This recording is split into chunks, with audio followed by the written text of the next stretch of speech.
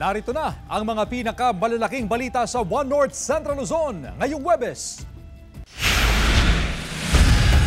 5 katao kabilang ang magkapatid patay sa magkahiwalay na insidente ng pagkalunod. Pagdanakaw sa isang tindahan sa pool sa CCTV. LPA sa loob ng PAR, tumaas ang tsansa na maging bagyo. At ika-127th Philippine Independence Day ipinagdiwang sa iba't ibang lugar sa Hilaga at Gitnang Luzon.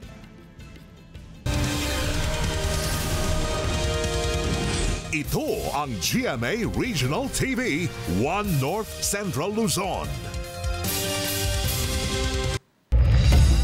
Magandang hapon, ako si Chris Zuniga.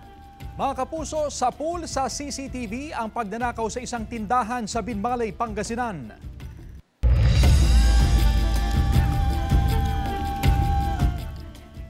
Patuloy na inaalam ng Barangay Council ang pagkakakilanlan ng hinihinalang menor de edad na kawatan. Balitang tinutukan ni CJ Torida.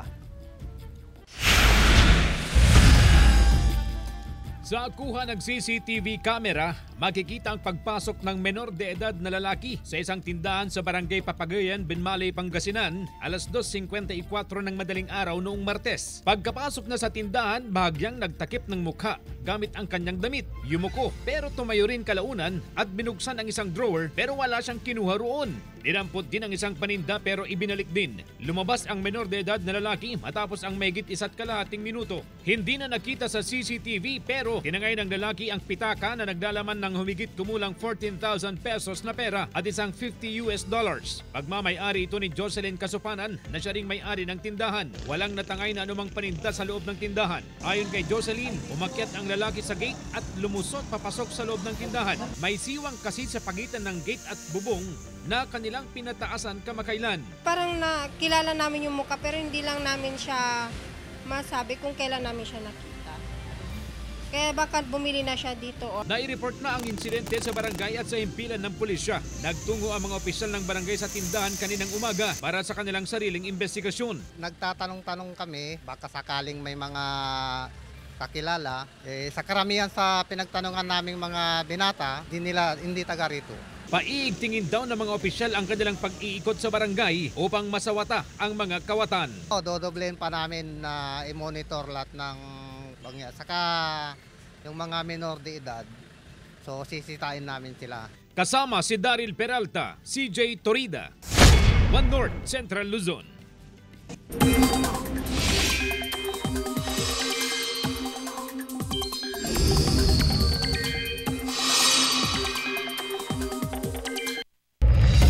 Mga kapuso, kita sa video nakuha ng isang netizen sa Barangay Bagu, Abulog, Cagayan, na nagtatakbuhan ang mga tao dahil sa buhawing nanalasa sa gitna ng basketball court pasado alas 7 kagabi. Ayon sa uploader na si Heidi Taneda Collado, nakastandby sila para abangan ang basketball tournament ng barangay. Pumutok pa raw ang isang ilaw sa poste at bahagyang tinangay ng hangin ang mga plastik na upuan.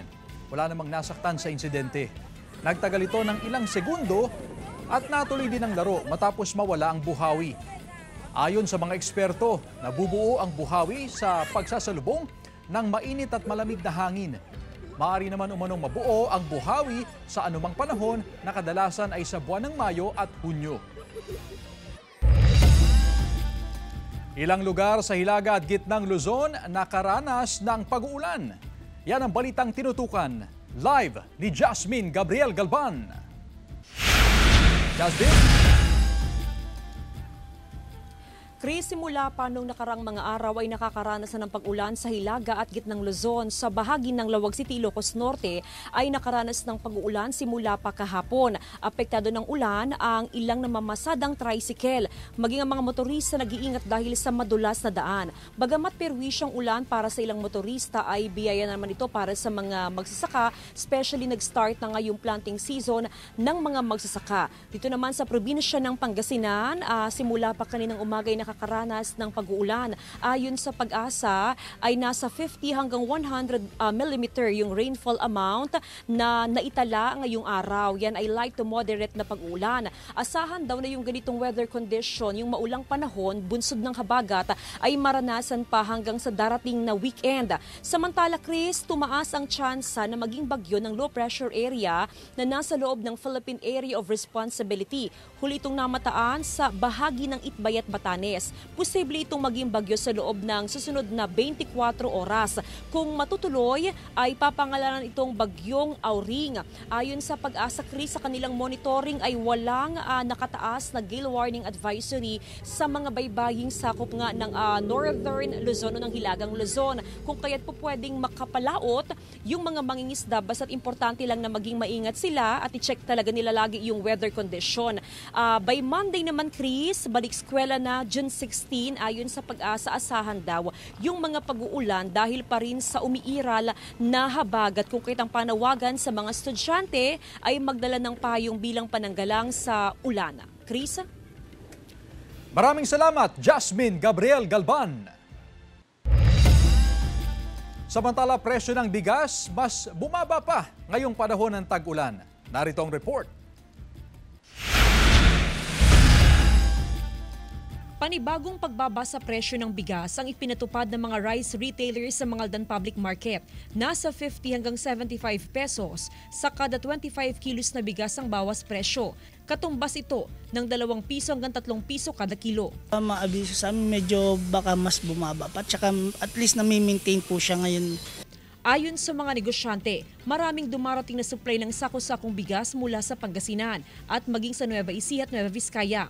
Mahirap pag nag-stock ka tapos biglang mas sumadsad. Medyo mahirap bawin yung lugi minsan. Masaya naman ang mga mamimili sa mababang presyo ng bigas. Sa halagang 30 pesos kasi ay pwede nang makabili ng 1 kilong commercial rice ang mga consumer. Para sa akin, mas gusto kong mababa dahil walang pera pambili.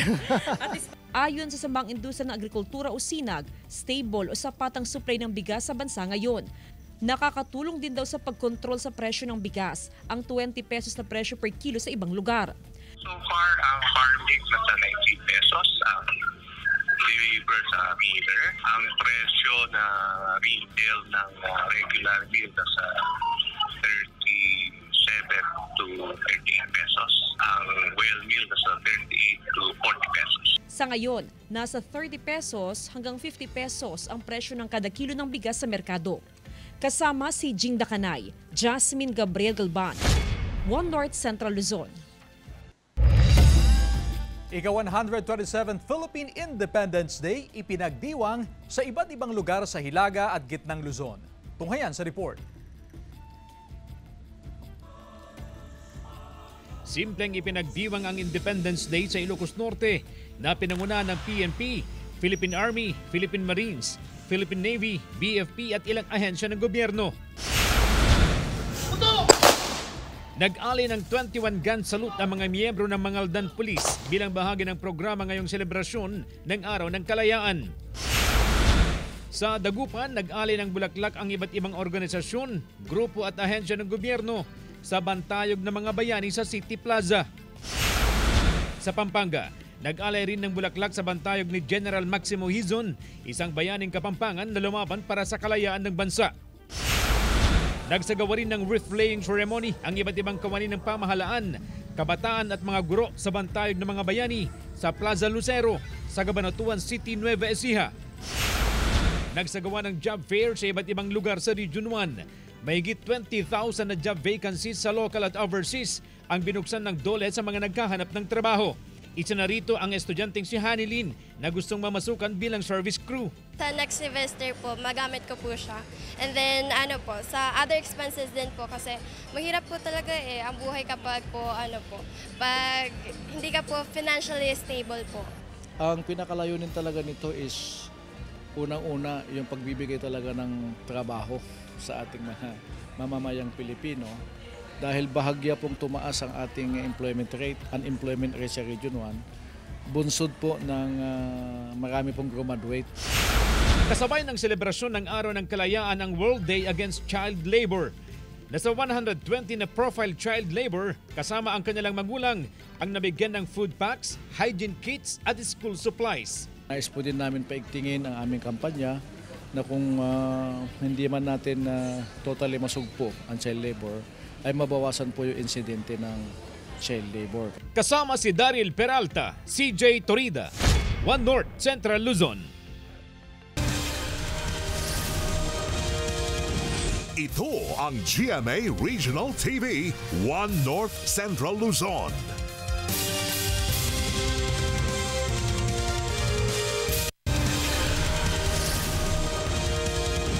Ito ang GMA Regional TV, One North Central Luzon.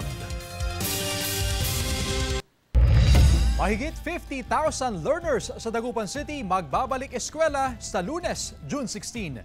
May ulat, CJ Torida.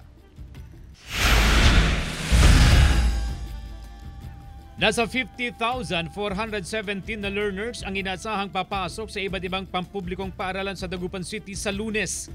Nasa mahigit 24,000 na learners ang inaasahang papasok sa elementarya, mahigit 14,000 sa junior high school at mahigit 11,000 naman sa senior high school.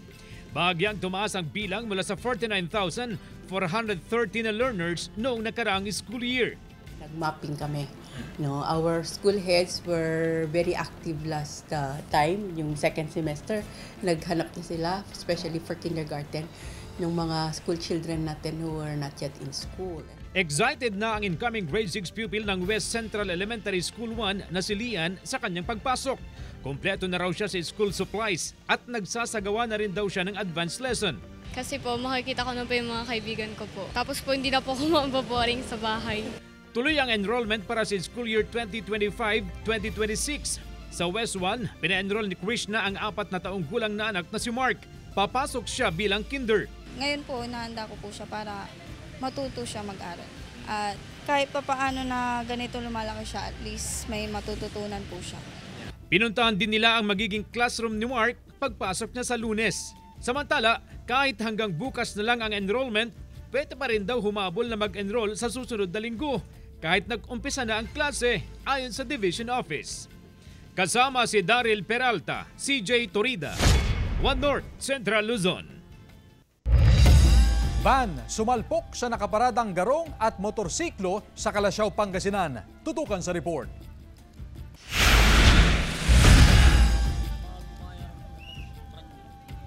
Wasak ang harapang bahagi ng isang van nang araruhin nito ang nakaparadang motorsiklo at garong sa National Highway sa bahagi ng Barangay Macabito, Kalasyaw, Pangasinan, pasado alas 4 ng hapon kahapon. Sa investigasyon ng otoridad, nawalan ng kontrol ang driver ng van matapos pumutok ang gulong ng sasakyan. Sa lakas ng impact, sumalpok pa ang van sa isang poste, kontador at linya ng tubig na dahilan ng pagkawala ng supply ng kuryente at tubig sa isang bahay. Bahagyang nabutas din ang gate ng isang bahay na nabangga rin ng van. Wasak din ang motorsiklo at garong na inararo ng van. Katunayan kahapon, magdi-deliver sana nangyari ganyan kaya wala. Ganito, nga pa rin. Initial na po sila agreement na yung driver po ng van is sasagutin niya lahat po yung damage saka yung motor na totally ipapalitan niya na po ng van. Dinala sa ospital ang driver ng van na nagtamo ng minor injury. Bukod sa driver, wala nang ibang nasaktan sa insidente. Kasama si Henry Duminsil, Jasmine Gabriel Galban, One North Central Luzon. Magkapatid na lunod sa ilog sa Bugay, Cagayan. Yan at iba pang balita sa pagtutok ni Glam Calicdan Dizon.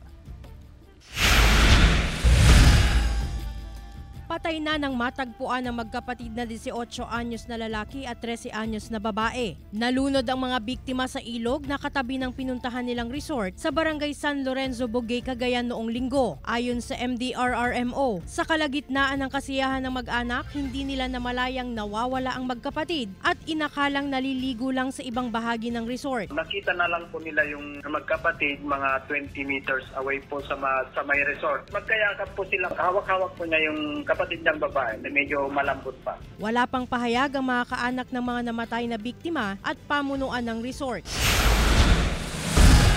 Sa Sa Tumawi ni Isabela naman, nalunod din ang 3 lalaking magbabarkada na pawang 19 anyos sa Avo River sa Purok 7, Barangay Sisim Alto noong Martes ng hapon. Batay sa investigasyon ng pulisya, itinawag daw ng isang concerned citizen ang nakitang palutang-lutang na bangkay sa ilog. Nagpatuloy ang search and rescue dahil sa mga nakitang 3 wallet at 4 na cellphone sa lugar. Humingi kami ng tulong sa Rescue 881 na baka pwede sisirin na lang nila. Then pag sisip nila, nakita nila ngayon na may dalawa doon sa loob na magkatabi. I can assure na walang lasing sa kanila kasi wala po kaming nakita doon na bote ng alak. Wala pang pahayag ang mga kaanak ng mga nasawing biktima. Kahit gaano ka kagaling lumangoy, walang magaling sa tubig. Since paparating na po yung pasukan, huwag na po tayong gumabol na mag-picnic sa mga ilog or bodies of water na unsafe. Glam Calicdan, Dizon, One North Central Luzon. Pinagbawalang pumarada sa Rizal Avenue ang delivery trucks dahil sa overstaying at nag-iiwan daw ng basura sa gilid ng kalsada. Narito ang report. Nakatanggap ng reklamo ang lokal na pamahalaan mula sa mga negosyante kaugnay sa mga basurang iniiwan ng mga delivery truck na pumaparada sa gilid ng kalsada sa Rizal Avenue sa Mangaldan, Pangasinan. Idagdag pa ang reklamo sa overstaying ng mga delivery truck. Pagdating nila ng madaling araw, aabot na ho ng hapon. Kaya bukod pa doon sa kalat na kanilang iniiwan, yung mga tubig na galing sa ref van ay doon na rin tinatapon. Bunsod nito, pinagbawalan na ang mga delivery truck na pumarada sa gilid ng kalsada. Meron naman daw mga pay parking sa harap at maging sa gilid ng palengke. Kasabay nito, ipinagbabawal din ang overstaying sa pay parking. Ibig sabihin, limitado lang sa 1 oras ang pagparada ng isang delivery truck. Ang pay parking po kasi drop and go lang po yun, ma'am. Hindi po yung overstaying dahil para makasunod din yung mga ibang magbabagsak ng kanilang goods. At para makasunod sa tagubili na ito ng lokal na pamahalaan, nagdagdag ng pahinante ang ilan sa mga delivery truck owner. Ito'y para mapabilis ang pagdiskarga ng deliveries. Bali po, binibilisan na lang po namin yung delivery ko lang sa may market po. Panawagan ng LGU sa mga delivery truck driver na maging responsable rin sa kanilang mga basura. Nakabantay ang poso sa Rizal Avenue para mamonitor ang mga delivery truck sa bayan. Kasama si Jing Dakanay, Jasmine Gabriel Galban, One North Central Luzon.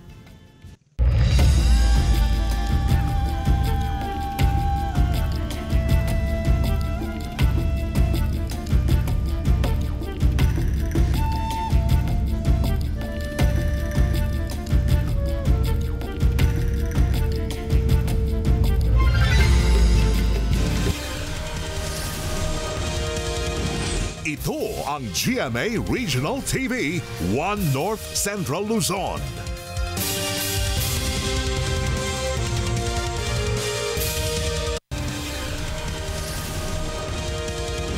Ito ang GMA Regional TV, One North Central Luzon.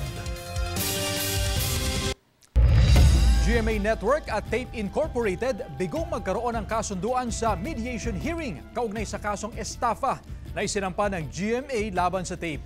Narito ang report. Ikalawa at huling mediation hearing na ito ng Quezon City Prosecutor's Office para pagkasunduin ng GMA Network Incorporated at Tape Incorporated kaugnay ng mga utang na hindi nabayaran ng Tape sa GMA.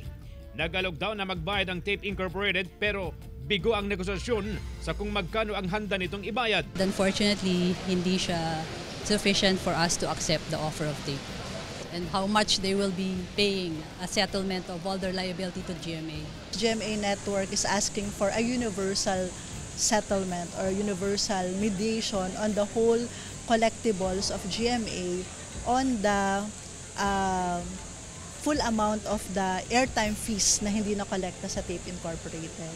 Kaya hindi naging acceptable yung offer to settle yung subject of the case, kaya nagkaroon ng problema sa mediation. Sa partikular na kasong ito ng estafa, 37.9 million pesos ang sinisingilang GMA Network Incorporated sa mga may-ari ng Tape Incorporated para sa mga airtime fees na hindi niremit ng Tape sa GMA. Sa preliminary investigation daw tatalakayin kung ito ba'y tatayong kasong kriminal o civil case lamang. Dahil tapos na ang pagkakataon ng mediation para sa settlement, muling iraraffle ang kaso sa isa pang piskal na siyang magsasagawa ng preliminary investigation. Ang piskal na yun ang magdedesisyon kung iaakyat ang kaso sa korte o hindi. CJ Torida, One North, Central Luzon. Good news mga kapuso! May go signal na si Pangulong Bongbong Marcos sa 7,000 pesos na medical allowance kada taon para sa ilang taga-DepEd. Sakop nito ang mga guro sa pampublikong paaralan at mga non-teaching personnel sa DepEd. Kabilang din sa benepisyo ang pagkakaroon ng Health Maintenance Organization o HMO package na na-procure ng DepEd. Pwede raw itong i-avail bilang individual o isang grupo. May option itong gawing cash via payroll, lalo na para sa mga lugar na walang HMO services. Pagtaas ng bilang ng mga nagtatransfer sa Mangaldan National High School na itatala sa ilang araw na enrollment. Ang detalye sa report. Maaga nagtungo sa Mangaldan National High School si Aling Madeline kasama ang dalawang anak na i-enroll niya sa eskwelahan. Incoming grade 7 ang bunso niyang anak, habang incoming grade 8 at transfer naman ang kanyang isa pang anak. Mas madali, napadali kasi may nandito kami. Ayon sa pamunuan ng Manghay, nagtatala ang mataas na bilang ng transferee sa paaralan. Posible na lumobo ito at ito ngayon yung pinaghahandaan natin ngayon, yung kahandaan ng ating mga classrooms para ma-accommodate itong lumulobong mga bilang ng transferees po natin. Dahil sa dami na nagpapa-enroll, nagtayo na ng help desk ang pamunuan ng Manghay para may umalalay sa mga estudyante at magulang. Yung help desk po kasi para magbigay ng assistance para sa mga stakeholders po natin na merong concern dito sa school natin. Like for example, yung enrollment, maraming mga magulang hindi po nila kabisado kung saan po yung enrollment venue. Inaasang aabot sa mahigit 8,000 ang enrollees sa Mangaldan National High School mula sa junior high school at senior high school. Kasama si Jing Dakanay, Jasmine Gabriel Galban, One North, Central Luzon.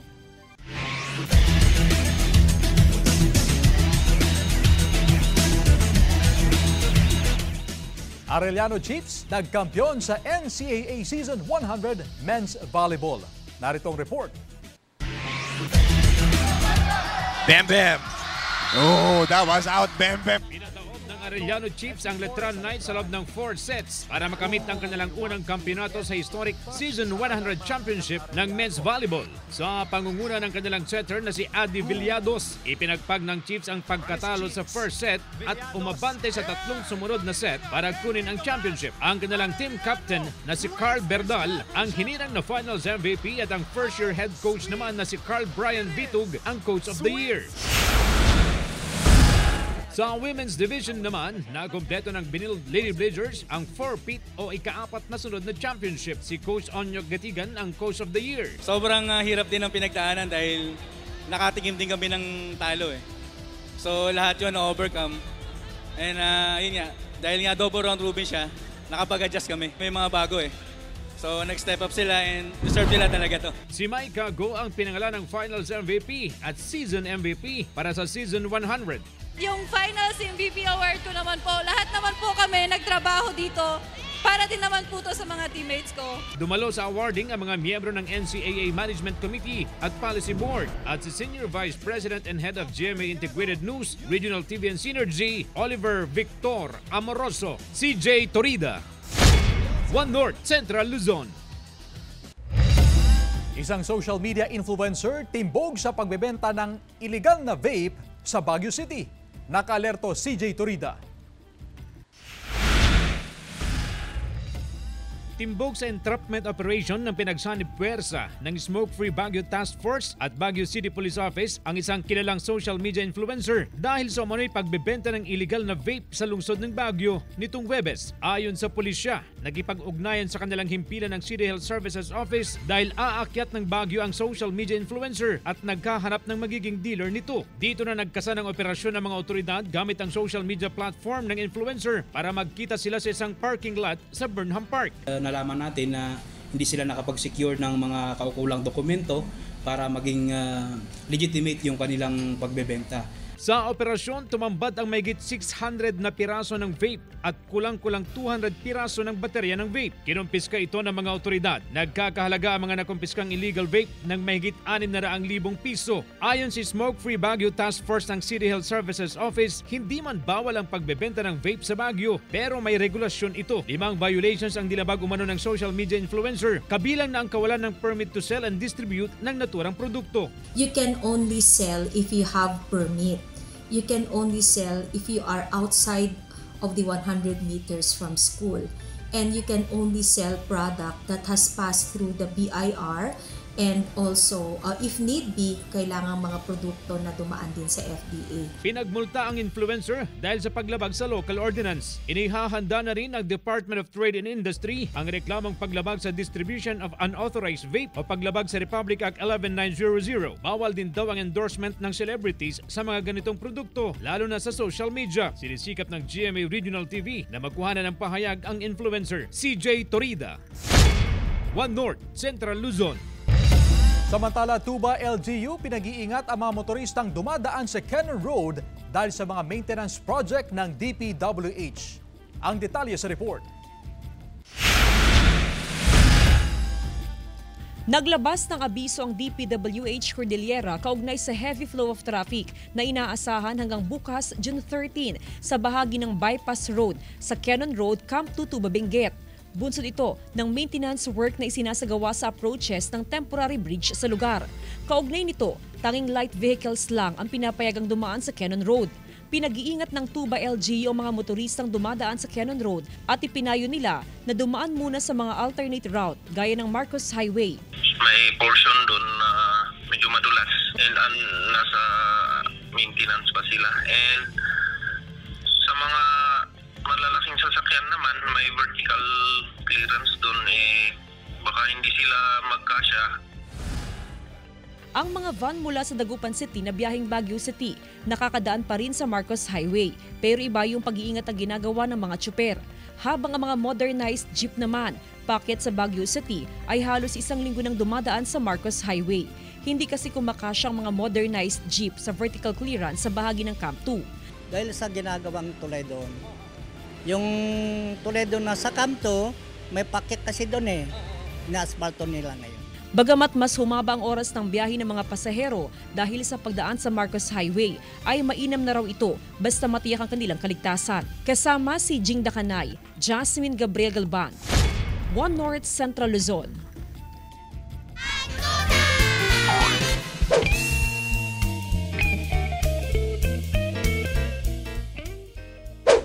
Kahirapan. Kahirapan? Bakit, sir? Hirap ng buhay ngayon hindi maghanap ng makakain ng pamilya. Wow!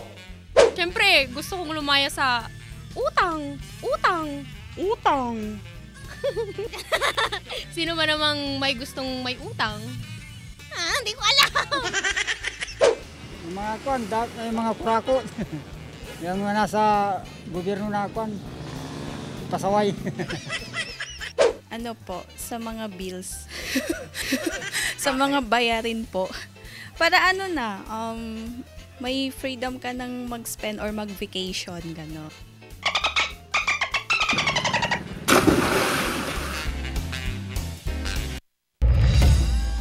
Samantala, mapapanood niyo po ang episode na ito at iba pang pinakahuling lokal na balita sa official website ng GMA Regional TV, www.gmaregionaltv.com. Pwede rin kayong bumisita sa aming official YouTube channel, GMA Regional TV, at i-click ang subscribe button para sa pinaka-maiinit na balita mula sa mga rehiyon. Nais din naming pasalamatan ang mga kapuso sa Hilaga at Gitnang Luzon, maging ang mga kapuso natin abroad. Dahil sa GMA Regional TV, local news matters. At yan ang mga pinakamalaki at pinakahuling balita sa Hilaga at Gitnang Luzon. Maraming salamat sa pagsama sa amin pati na ang mga kapuso sa ibang bansa na tumutok sa mga balita sa rehiyon. Ako po si Chris Zuniga. Kami ang GMA Regional TV, One North, Central Luzon, buong pwersa para sa mas malaking misyon at mas malawak na pagdilingkod sa bayan.